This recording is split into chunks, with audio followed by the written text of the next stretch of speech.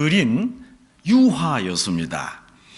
무척이나 낡은 배 그림이었는데 배의 노는 모래 위에 놓여 있었습니다. 그 그림이 처량하게 쓸모없이 버려진 배 한 척이었지만 그 밑에 이런 의미심장한 글이 쓰여 있었습니다.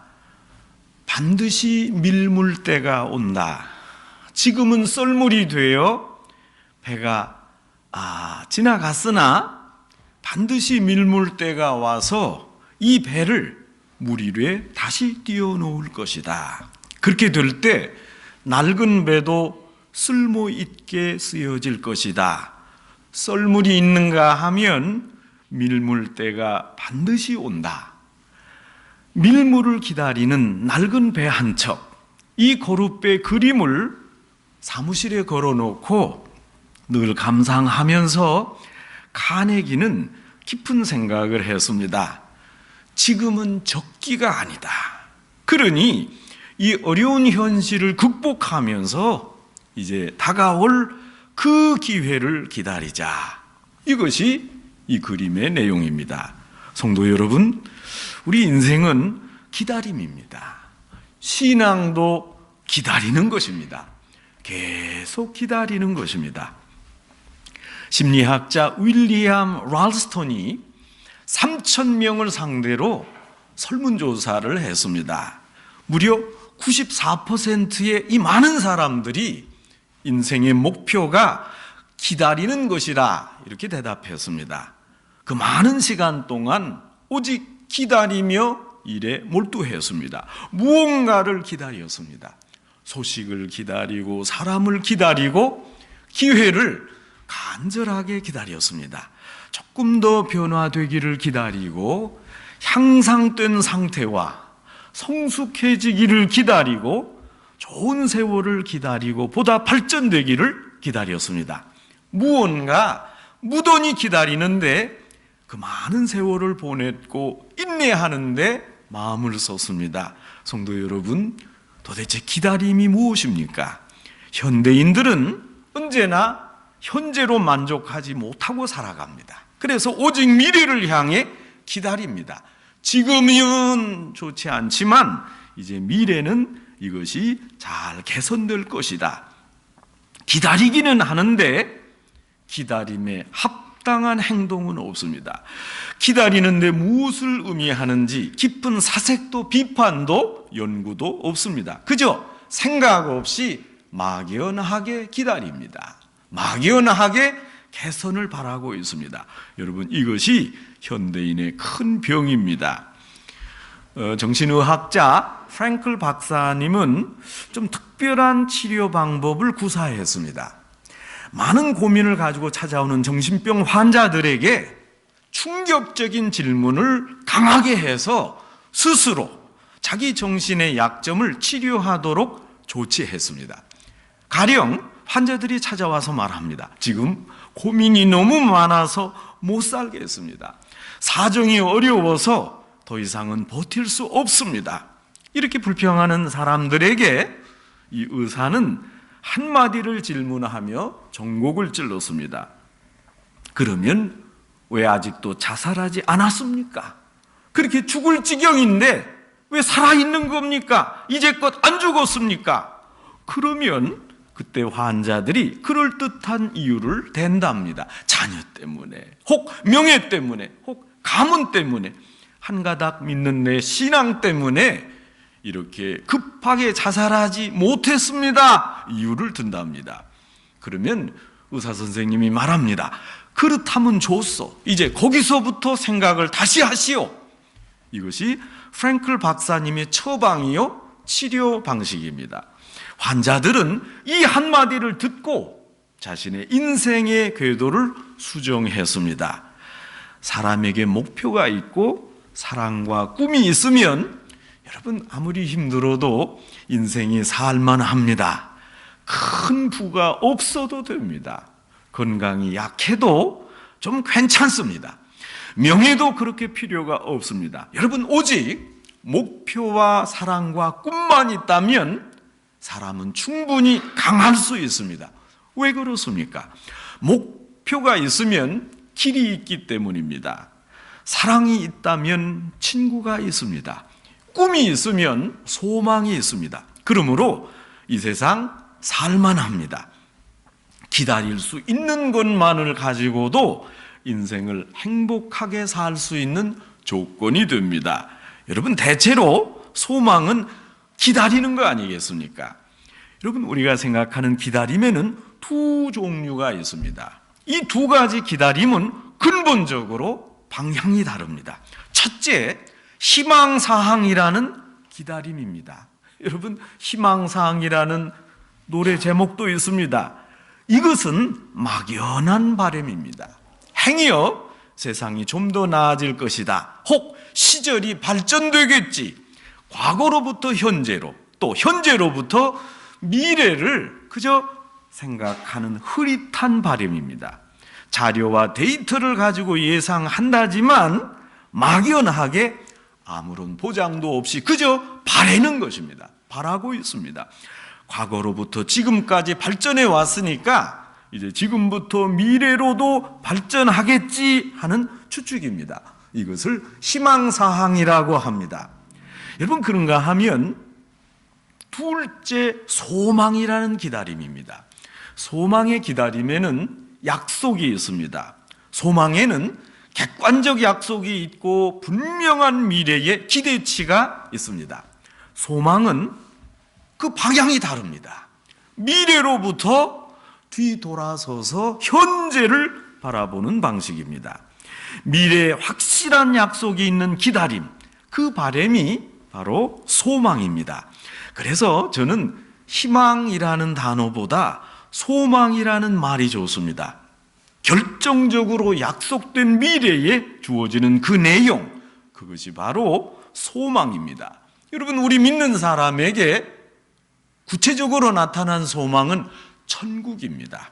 그 천국에 가서 이제 과거, 오늘을 바라보는 방식입니다.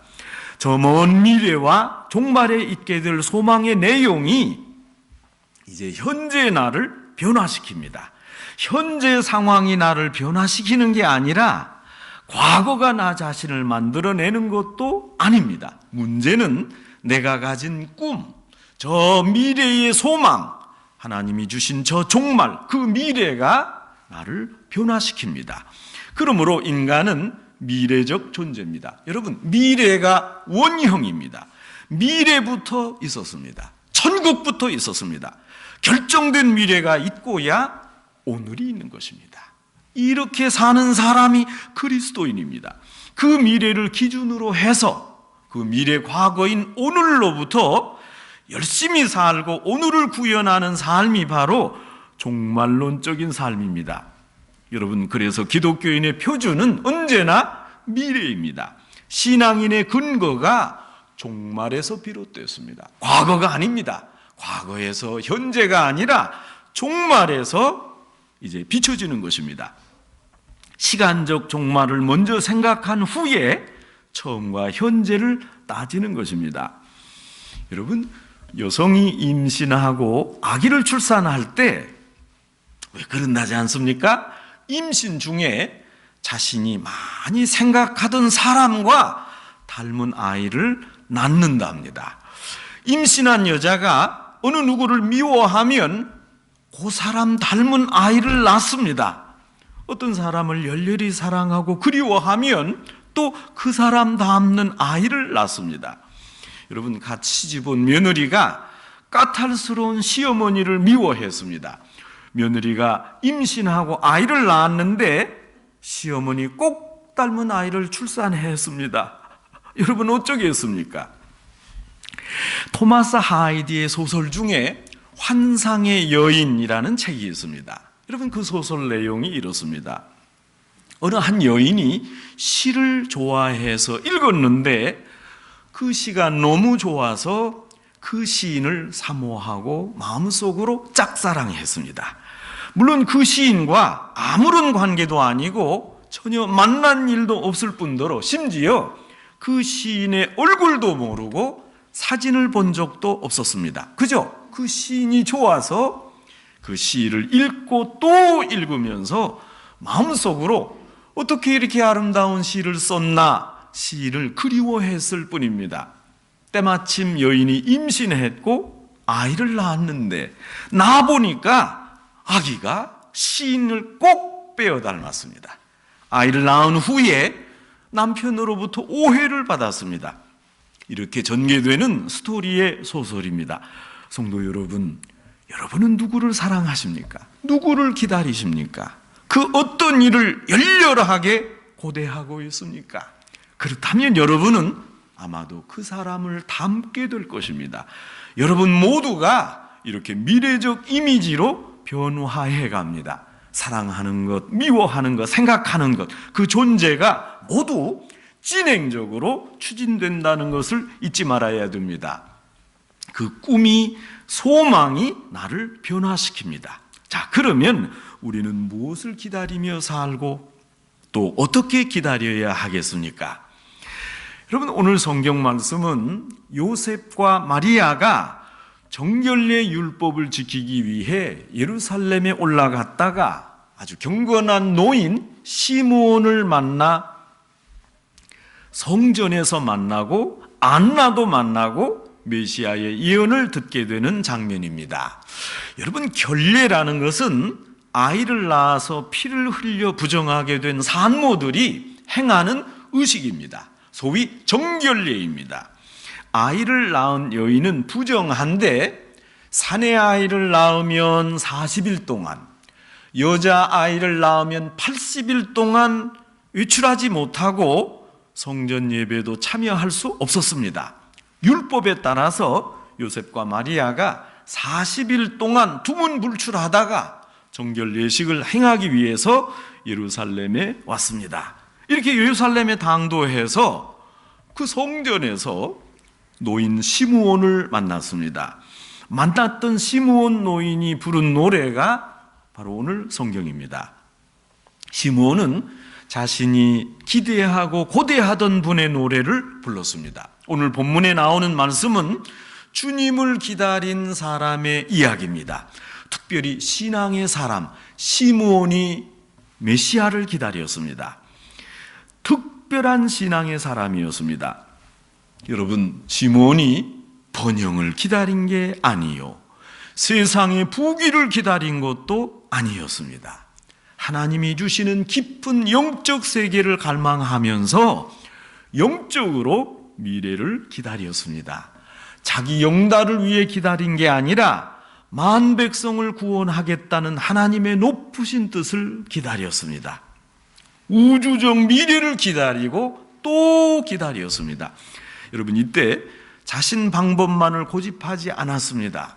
자신이 생각하는 시나리오대로 미래를 기다린 게 아니라 성경이 말씀하신 하나님의 뜻, 하나님의 길, 하나님의 경륜을 오직 하나님의 방법대로 기다렸습니다. 시므온은 오직 하나님이 계시하신 대로 구원을 인내하며 기다렸습니다. 오늘 성경을 통해 여러분, 이 시므온의 그 신앙을 보십시다. 시므온이 아기 예수를 품고 노래합니다. 내 눈이 주의 구원을 보았습니다.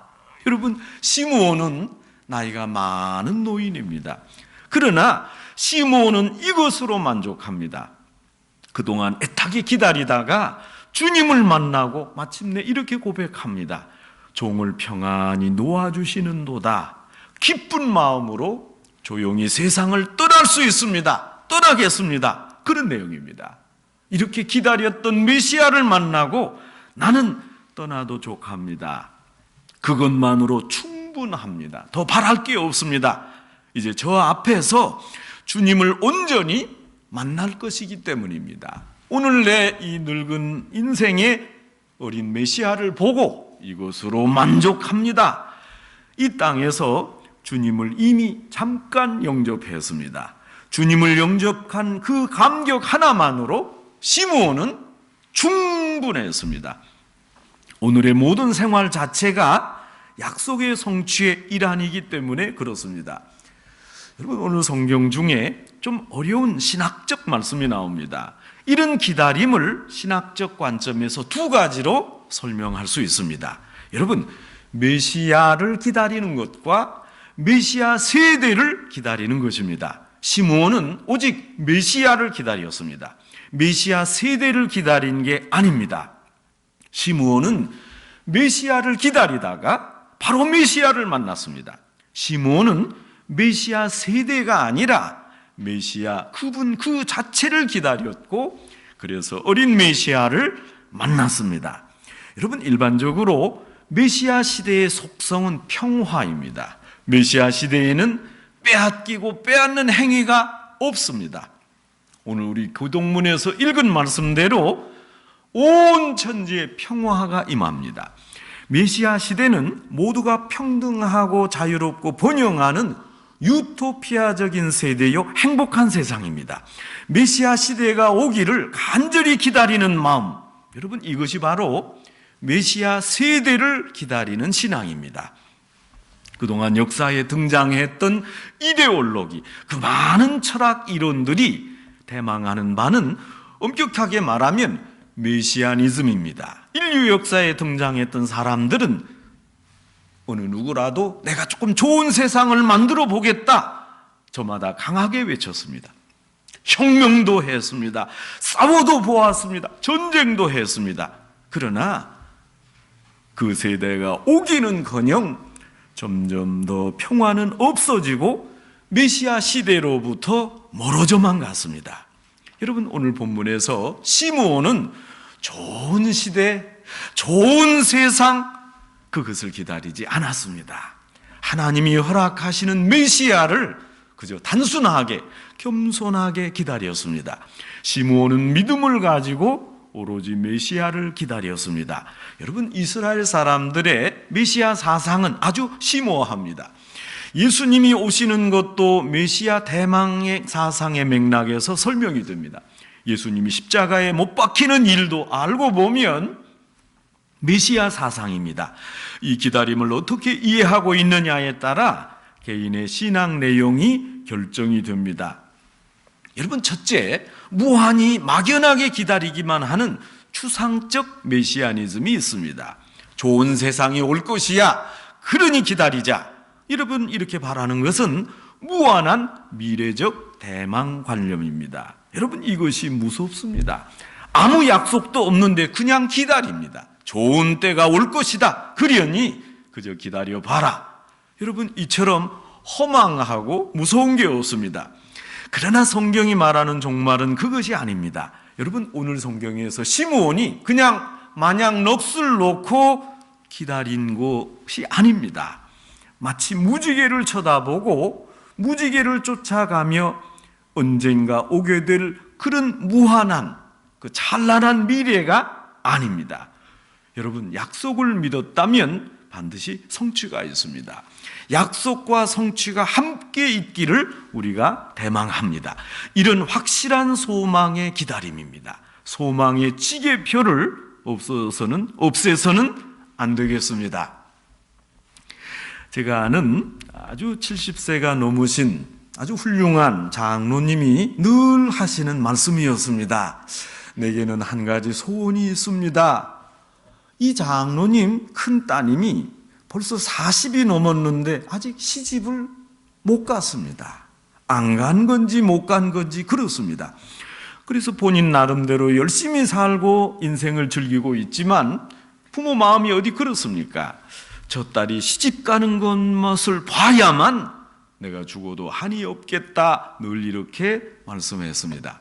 그런데 고맙게도 이 딸이 언젠가 대학을 다닐 때 연애하던 또 늙은 총각을 만났는데 여러분, 일이 잘 됐습니다. 결국 우리 늦었는데 그냥 같이 삽시다 그랬다나? 그리고 결혼하고 살았습니다. 여러분, 결혼이 성사되었습니다.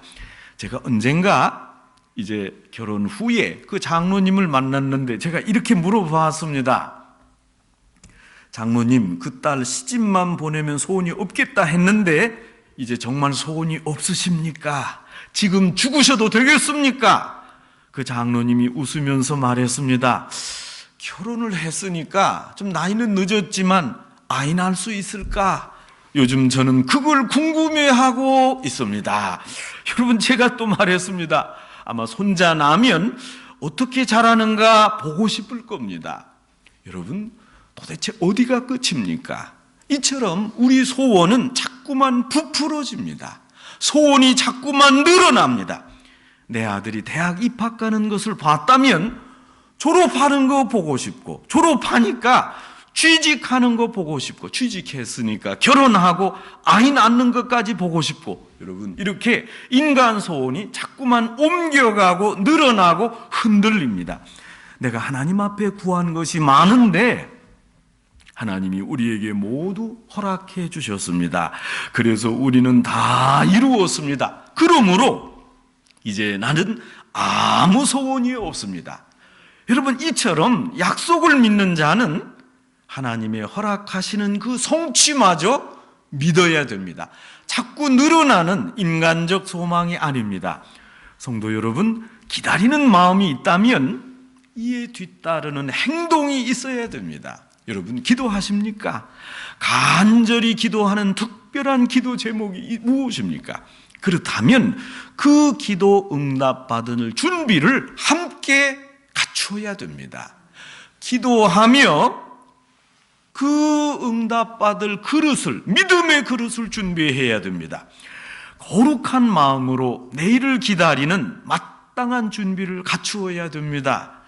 좋은 날을 기다리면서 아무 준비가 없습니다. 여러분, 이것은 넌센스입니다. 성경에 예수님께서 친히 비유로 말씀하신 내용을 보세요. 여러분, 열처녀 비유입니다. 신랑을 기다린다면 신랑을 맞을 준비를 정성껏 미리미리 했어야 했습니다. 지금 친구의 신랑을 기다리고 있습니다. 지금 친구의 결혼식, 혼인식을 망칠 작정입니까? 자기가 준비가 안 됐다면 들러리를 왜 하는 겁니까? 지금 신랑을 기다리는데 준비를 전혀 하지 않았습니다. 정성이 부족합니다. 미련한 다섯 처녀는 아무 준비 없이 기름을 준비하지 않고 그냥 기다렸습니다. 화장하는 데만 아마 시간을 들였는지 모르겠습니다. 참으로 어리석은 처리입니다. 지금 이 친한 친구의 결혼식을 어쩔 것입니까? 들러리를 부탁받았다면 친구를 생각해서라도 철저하게 성실하게 준비했어야 합니다. 남의 신랑 기다리는 들러리 직분을 맡았다면 지금 저 멀리서 오는 신랑을 잘 맞이해야 할 거 아니겠습니까? 성도 여러분, 여러분은 다가오는 죽음을 생각하며 주님 맞을 준비하고 계십니까? 영원한 하늘나라에서 누리게 될 모든 영광을 지금 착실히 준비하고 계십니까? 다가오는 미래를 전망하며 우리가 들어갈 약속의 땅을 바라보십니까? 하늘나라에서 누릴 영광, 여러분 지금 잘 준비하셨습니까? 어차피 떠날 인생입니다. 그러므로 이제 우리는 약속의 땅, 약속의 시간을 위해 지금부터 착실히 준비해야 합니다. 여러분, 초대교회 교인들은 분명하게 그날을 바라보고 있었기에 자신이 당하는 현재의 고난 전혀 개의치 않았고 순교의 죽음도 넉넉하게 기쁨으로 감당했습니다. 미래의 성취를 현실화하는 신앙이 필요했습니다. 성도 여러분, 지금까지 주님을 기다렸다면 이제는 주님을 만나야 합니다. 주님을 만나셨다면 영접해야 합니다. 저는 예수님 탄생 그 성경 구절을 대할 때마다 너무 안타깝습니다. 동방 박사가 아기 예수 나신 곳을 찾아가다가 헤롯 궁전에 들러 묻지 않았습니까? 이스라엘에 오실 메시아가 어디서 나셨습니까? 여러분, 성경에 보면 온 예루살렘이 소동했습니다. 아마도 베들레헴에서 났을 겁니다. 대답은 했지만 예루살렘 사람들이 베들레헴으로 가봤다는 말이 없습니다. 성경에, 구약 성경에 베들레헴에 메시아가 나리라 지식으로 알고 있었습니다. 그리고 지금 정작 이방에서 메시아를 경배하러 왔는데 물었는데 이 사람들은 소란스럽고 떠들기만 했지 궁금해서 베들레헴에 가보는지 않았습니다. 여러분, 메시아가 나셨다면 서둘러 가봐야 할 거 아니겠습니까? 저는 제 아는 친구 교회에 문제가 있다면 가보겠습니다. 메시아가 나셨다는데 가만히 앉아서 소란하기만 했습니다. 여러분, 이것이 문제였습니다. 그토록 바라던 주님이 오셨다는데도 메시아를 영접하지 않았습니다. 바리새인 서기관 제사장, 당시 종교 지도자들은 전문가이면서 그렇게 간절하게 메시아를 기다리고 메시아가 오는 바를 가르쳤어도 직접 영접하지 않았습니다. 그토록 고대하던 메시아가 나셨다면 아니 확인도 할 겸 어떻게 오시나 한번 가보면 안 되겠습니까? 여러분, 성경에 시적이면서도 우리의 마음을 아프게 하는 구절이 있습니다. 나실 곳이 없었다. 묵을 여관이 없어서 예수님이 말구유에 나셨다는 이야기입니다. 오시는 아기 예수님을 아무도 영접하지 않았습니다. 그래서 말구유 외양간에서 메시아가 나셨다는 사정, 여러분, 이것은 이전이나 오늘이나 마찬가지입니다. 헤롯은 예수님이 탄생했다는 사실을 알고 예수님을 죽이려고 했습니다. 왜 그렇습니까? 자신의 보좌를 양보하기 싫어서, 자신을 부정하기 어려워서 익숙한 것으로부터 벗어나지 못했습니다. 고정관념에서 벗어나지 못했습니다. 자기의 왕좌를 예수님께 드리지 못했습니다. 그래서 예수님을 영접하지 못했습니다. 얼마나 가슴 아픈 일입니까? 당시 사람들은 그렇게도 기다렸건만 오신 예수님을 영접하지 않았고 못했습니다. 성도 여러분, 우리는 소망을 현실화해야 합니다. 믿음을 구체화해야 됩니다. 자꾸 믿음을 추상화하면 할 게 없습니다. 약속을 대망하며 주어진 현실을 열심히 살아야 합니다. 그리고 오늘 여기에서 이제 다가올 저 먼 천국을 준비하고 나가야 됩니다. 성취된 현실을 살아야 됩니다. 여러분, 그 기쁜, 그 놀라운 즐거움을 끌어와서 오늘 여기에서 즐기며 살아야 하겠습니다. 이제 오신 예수님을 소망하며 그 크신 은혜 안에서 가장 만족한 게 주님을 영접하며 그 충만함을 만끽하시는 우리 산호세 중앙교회 성도 여러분 되시기를 주님의 이름으로 축원합니다. 하나님